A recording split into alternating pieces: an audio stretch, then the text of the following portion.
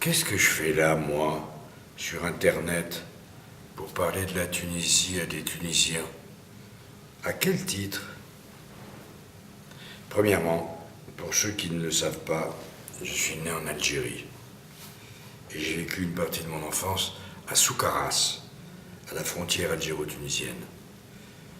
Dans les années 40, j'avais 8 ans, c'était la guerre avec l'Allemagne et l'Italie qui s'était élargie au front de Tunisie.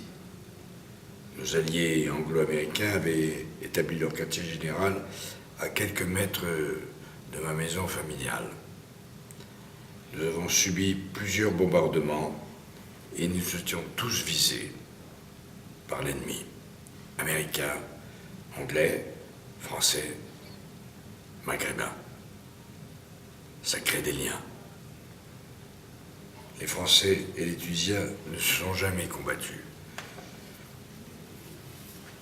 Ils ont échappé à la guerre fratricide qui a ensanglanté l'Algérie. Dans l'histoire de ces deux pays, deux hommes politiques français auront joué un rôle très important. Pierre Mendès France, pour la Tunisie, Guy Mollet, pour l'Algérie. Deux hommes de gauche, mais pas les mêmes. Pas de guerre, donc, entre la France et la Tunisie. Ce fut un divorce à l'amiable. De mon adolescence, je me souviens de certains voyages à Tunis. J'adorais Sidi Bou Saïd, le port de la Goulette. C'était au temps heureux de la gouvernance de Bourguiba, qui, entre autres qualités, était très féministe pour un oriental.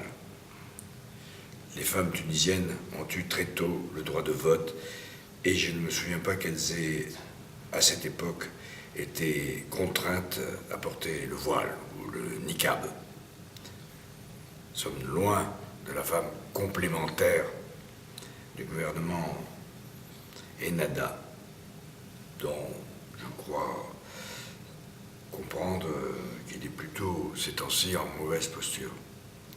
Complémentaire. Que de risques physiques, sociaux, familiaux, pour en arriver là. Dans les pays arabes, on a parfois l'impression que les citoyens et les électeurs ne sont pas les mêmes. Il y a là un mystère que je n'arrive pas à comprendre. En tant que membre de la Ligue des droits de l'homme et ami de la Tunisie, je veux saluer la mémoire de deux jeunes héros de cette révolution tunisienne, tous deux volontairement immolés par le feu. Mohamed Bouazizi, en décembre 2010, à Sidi Bouzid, et Abdel Kadri, à Tunis, en mars 2013. Avant d'en arriver à ce sacrifice, ils avaient peut-être eu vent de l'immolation de Jan Palach, qui s'était fait cramer face aux tanks soviétiques dans les rues de Prague en 1989. Premier acte de la fameuse révolution de velours qui amena au pouvoir Václav Havel. Qui sera le Václav Havel tunisien? Comme tous les démocrates, j'attends. En France, nous sommes très nombreux à croire au succès de cette révolution.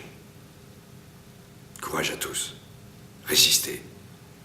Résistez. Résistez. Nous sommes avec vous.